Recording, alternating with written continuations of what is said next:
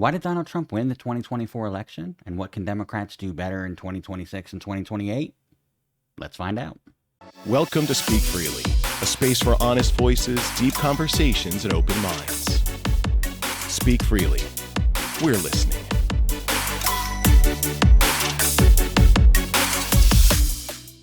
Today we're going to talk about the 2024 election and the four main issues that Republicans ran on, which would be immigration, abortion, trans rights, and inflation. Now, I dug deep into all four of these, and what I found is that three of them really didn't move the meter at all. One of them, however, was big. But before we get into that, I want to highlight 5 strategies that Republicans have used for years, if not decades. You'll find that they've pretty much mastered these, and they are all over the 2024 election. The first one is convince you who to trust. What they've done is take the pillars of experts that we have in this country and convince you not to trust them. Scientists, educators, journalists, government agencies, all 4 of these we have traditionally looked at and said that these are the experts in specific areas. And so any topics that we had to know what the factual state of that was, we would generally look to these entities to be the experts and help us decide. But the plan is to replace them with the politicians that they want you to trust. So when somebody in the media tells you that a politician did something illegal, those politicians can just turn around and say, you can't trust the media. And when scientists tell you that vaccines don't cause autism, they will just say, you can't trust scientists. When the FBI says that Donald Trump took classified documents and won't give them back, Trump himself can just say that they're lying. The circle of trust isn't actually a circle, it's a pyramid. And Donald Trump is at the top of that pyramid. So if he tells you something, then it must be true. Anybody below him in that pyramid can only be trusted as much as Donald Trump tells you they can be trusted. So in general, Fox News can be trusted unless Donald Trump is telling you not to trust Fox News in this scenario. All right, number 2 is create an echo chamber. Now, this one has happened over the course of decades, but they have built an entire infrastructure that supports everything that they say. And that goes for social media, where you have X and Truth Social and Parler and others. There's also news networks like Fox News and Newsmax and OAN. Media personalities like Tucker Carlson, Sean Hannity, Laura Ingraham, going all the way back to Rush Limbaugh. Social media influencers like Ben Shapiro, Charlie Kirk, even libs of TikTok and Cat Turd. And finally, politicians. Marjorie Taylor Greene, Lauren Boebert, Nancy Mace, Carrie Lake, Kristi Noem. All of them are extremely pro-Trump and pro-MAGA. So now while you're in that echo chamber, you're going to be hearing things from all angles that those other angles are confirming. Now, Marjorie Taylor Greene can say the most insane shit possible. But then, all of a sudden you hear it on social media from Charlie Kirk. And then you hear it on Fox News from Sean Hannity. And now you've had multiple sources that you trust confirm the story for you. So even if you don't quite believe the story at first, what do you mean they're eating dogs and cats in Ohio? The fact that you then get confirmation from multiple sources within your ecosphere actually helps you to digest that better. Number 3 is the reframing of topics as common sense over radical extremism. Now, for this example, I'm going to use abortion. Most Americans are actually pro-choice. And so just making this a pro-choice versus a pro-life argument isn't really going to work for Republicans. So instead what they've done is they have targeted third trimester abortions and post-birth abortions as what they're going to focus on. Now, when you hear this stuff, it really is enough to get you mad, right? Women aborting fetuses in the last trimester, post-birth abortions, all of this sounds absolutely terrible. The problem is, it's not exactly accurate. Less than 1% of all abortions happen in the third trimester, and most of those are due to medical emergency. Now, post-birth abortions, that's not even a fucking thing. But they have somehow managed to reframe the narrative from a pro-choice versus pro-life to a pro-life versus murdering babies. Of course nobody's going to be on board with that. Why would they? Now, number 4 is using narratives over facts. And this one I'm going to go with the immigration, and specifically with the Laken Riley case. Now, if you're not familiar, Laken Riley was a nursing student who was brutally murdered by an undocumented immigrant. Now, the case was absolutely brutal, and her killer, rightfully so, was brought to justice. But the problem here is that the facts are not really on the side of anti-immigration. Immigrants, whether they are documented or undocumented, are significantly less likely to commit violent crimes than American citizens. So you can't really use crime statistics when talking about trying to get rid of illegal immigrants. So instead what you do is you use the story of Laken Riley, a young nursing student, in order to craft the narrative to make it seem like most of these undocumented immigrants that are coming over are violent criminals. They're murderers, they're rapists, they're drug dealers. By using these narratives and invoking the name of Laken Riley, they're able to convince people, without actually using the statistics, that undocumented immigrants are somehow violent criminals. And finally, the last thing that they love to do is create simple slogans. Now, this is a marketing technique that goes back decades that they have seemed to perfect. But what they love to do is take an issue, boil it down into a little catchphrase, and then just repeat the hell out of it until their audience starts repeating the hell out of it. Now, obviously, the most popular one is Make America Great Again, right? MAGA. That's one that is slapped on every banner and t-shirt and anything else that you can find. But if you recall, in 2016, they loved to use the slogan, "Lock her up," about Hillary Clinton. And it was effective. They had people chanting, "Lock her up," not even in just political discussions, but at sporting events and anywhere else that they could. They were chanting, "Lock her up." Now, the other one in 2016 was Drain the Swamp, right? Extremely simple. But basically, talking about ending corruption in Washington, D.C. Now, in 2020, when they kind of knew that they were going to lose, it became Stop the Steal, right? They created the narrative before the election that the election itself was going to be stolen. And so therefore, Stop the Steal put it into people's heads that it was up to them to help stop the stealing of the election. Another one that they used in 2020 was Too Big to Rig, also about the election. In 2024, they used No Tax on Tips. They've also used other ones like Drill Baby Drill. You get the point. But the strategy here is simple. You create simple slogans that are impactful and that people can repeat over and over and over. Put all 5 of these things together, and you've got a recipe for creating propaganda and pushing whatever narrative it is that you want to push. All right, time to get into the 4 main topics and see what impact they actually had on the 2024 election. Now, the first one up is immigration. And this one is a massive one because we have seen what has happened since the election with immigration. They have gone with an absolute zero tolerance policy on immigration, and they have arrested every undocumented immigrant that they possibly can, violent or not. They have actually detained and even deported documented immigrants, as well as detaining actual U.S. citizens. I wouldn't even be the least bit surprised if we've deported a citizen or 2. Now, they claim that this was a huge reason why they won the election and that this gave them a mandate to go and create these immigration policies and create these concentration camps and do whatever the hell they want to do regarding immigrants. But did this one actually move the needle for voters? 64% of Americans actually believe in giving undocumented immigrants a pathway to legal status versus only 31% who want to deport them all. Now, you'll find among party lines, Democrats overwhelmingly want to give them the ability to find legal status, whereas Republicans, 2-to-1 don't. But even that 2-to-1 amongst Republicans really isn't that strong.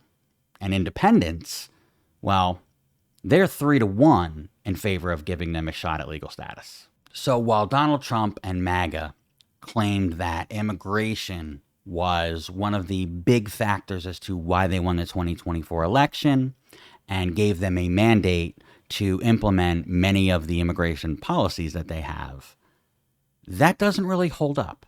Americans really don't back this intense policy shift that the Trump administration has moved towards. So I'm going to say no. This one really didn't have much of an effect on the election. Now, the next topic is abortion.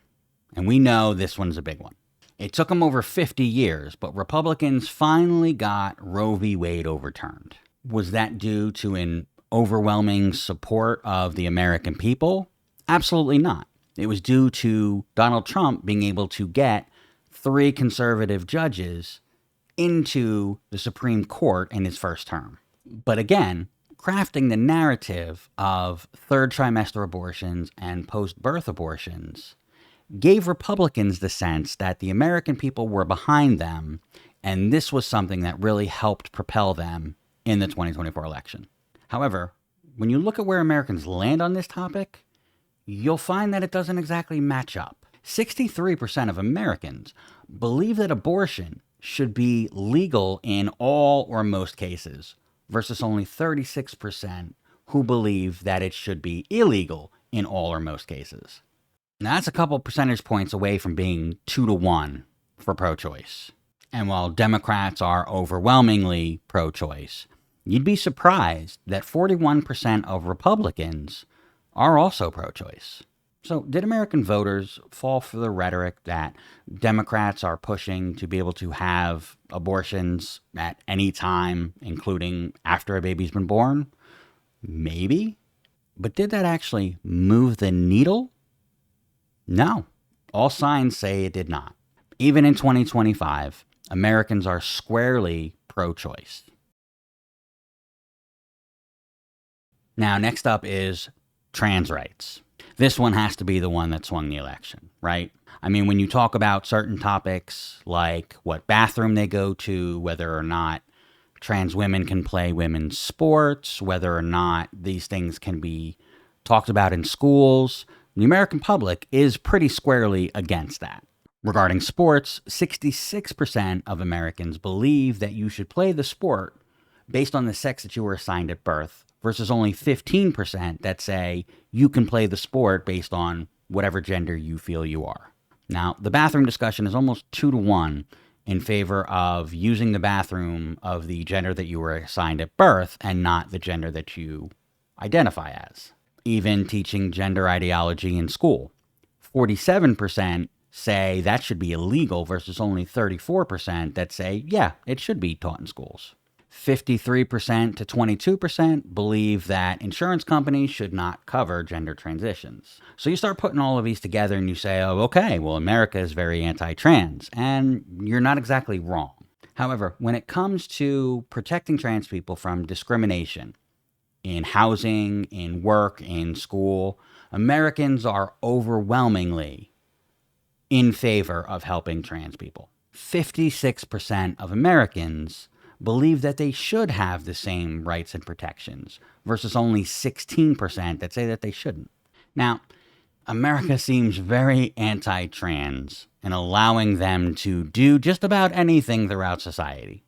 But they very clearly are in favor of giving them the same rights and protections that everybody else has.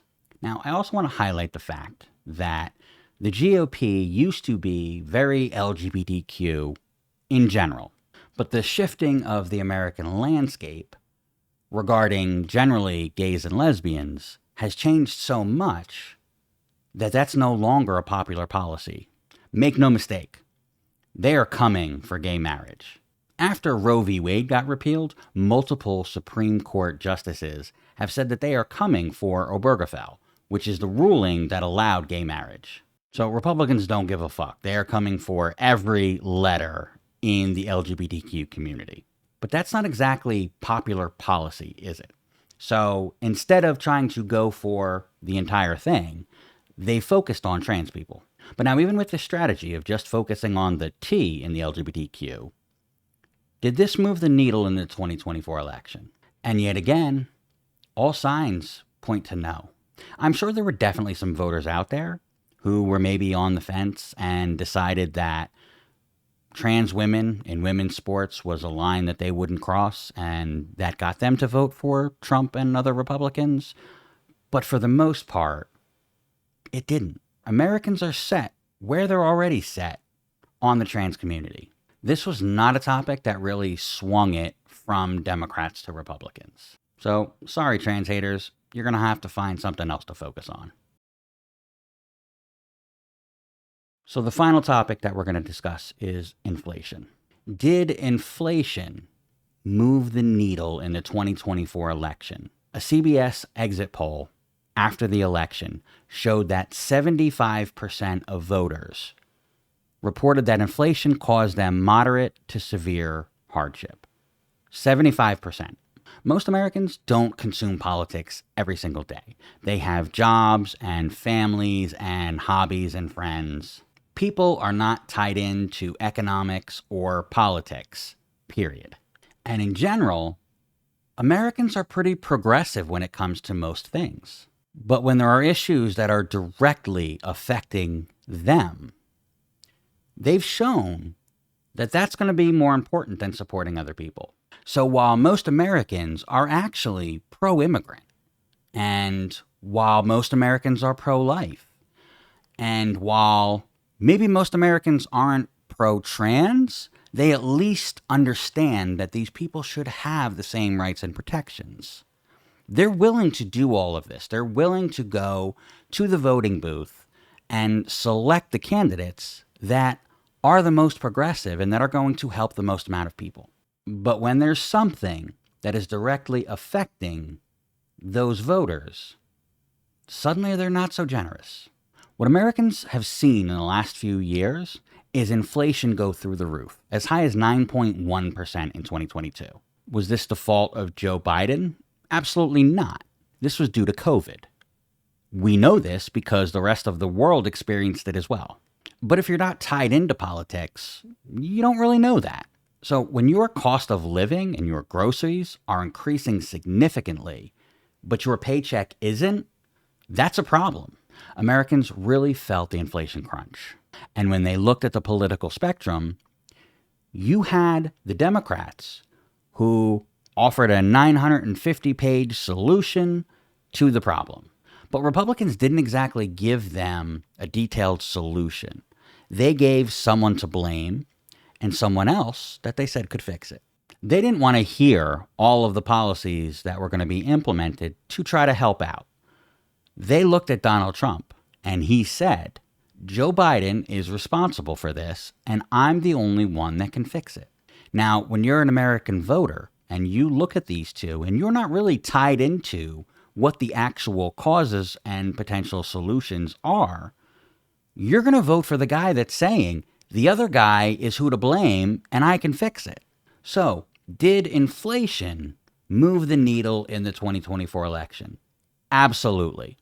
In my mind, this was the one topic that absolutely swung the election in favor of Donald Trump and other Republicans.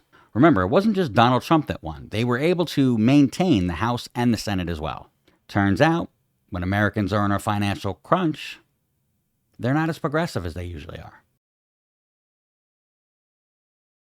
All right, so we've talked about the four major topics that Republicans, specifically Donald Trump, used during the 2024 election in order to try to swing it. And we talked about how three of those four really didn't have the effect that Republicans thought they did, but one of them really crushed it.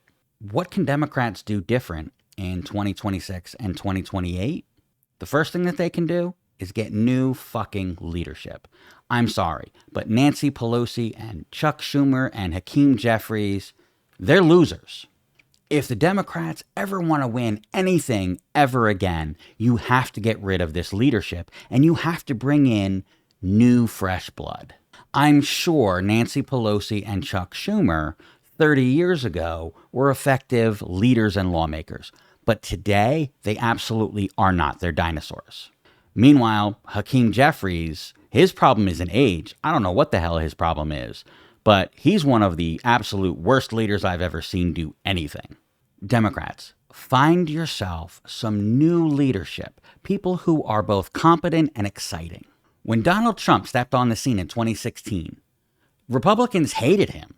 They absolutely did not want him winning the GOP primary and going up against Hillary Clinton. But people wanted somebody who was not a politician. And you know what? To their credit, the GOP listened. They took a chance on the wannabe fascist, and he won the election.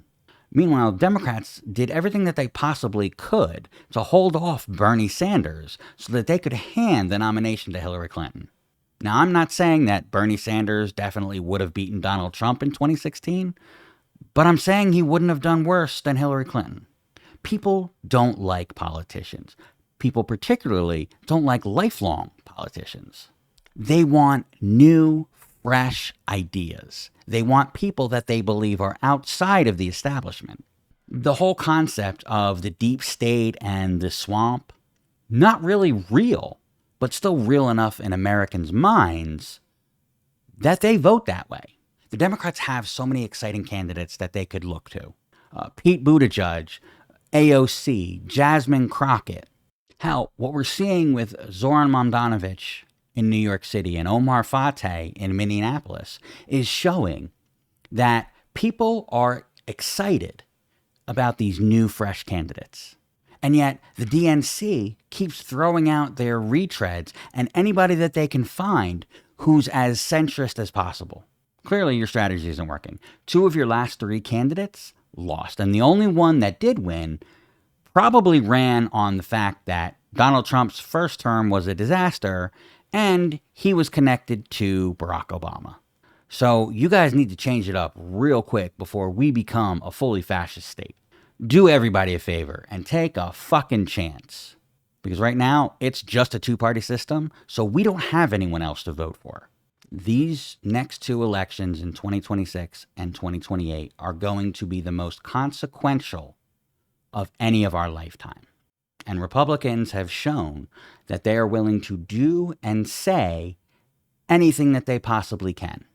Democrats, you're going to have to win the American people back. Good luck.